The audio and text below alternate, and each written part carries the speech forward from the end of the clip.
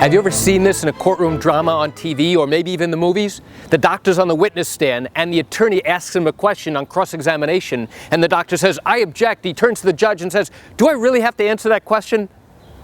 You want to know what really happens in New York in a civil lawsuit involving medical malpractice? Come join me for a moment as I share with you what happens if that occurs. Hi, I'm Gerry Oginski. I'm a New York medical malpractice and personal injury attorney practicing law in the state of New York. So now it's a medical malpractice trial. We are claiming that a doctor violated the basic standards of medical care. We're now at trial.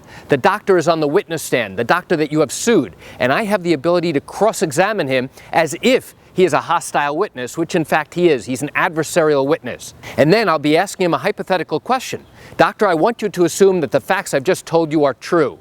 Assuming that to be true, would you agree that not doing A, B, and C would be a violation from the basic standards of medical care? The doctor then says, "I object to that question." Not his attorney, but the doctor says it.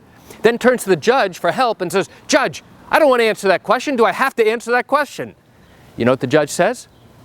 "Doctor, you have to answer that question. Please answer Mr. Oginski's question."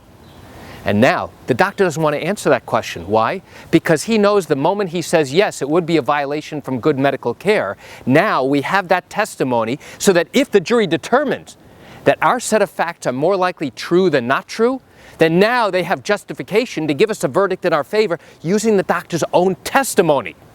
So occasionally we'll get a doctor or a witness on the stand who refuses to answer a particular question, then turns to the judge for help and says, "Judge, do I really have to answer that question?"